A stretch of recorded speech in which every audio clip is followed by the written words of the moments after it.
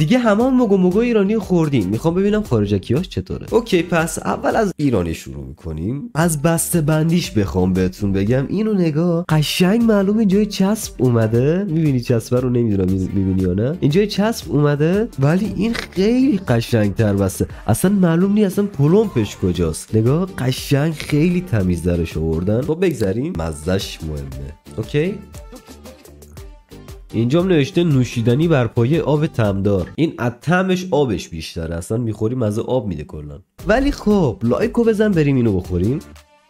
این خیلی شیرینه و همون یه ثانیه اول فقط تو دهنت طعمی میاد و میره، ولی این سر تا پا طعم حاجی. یعنی بخوام بگم فرق بین این و این از زمین تا آسمونه. این از تولیدی سانسیپه، بعد این از اوریجینال.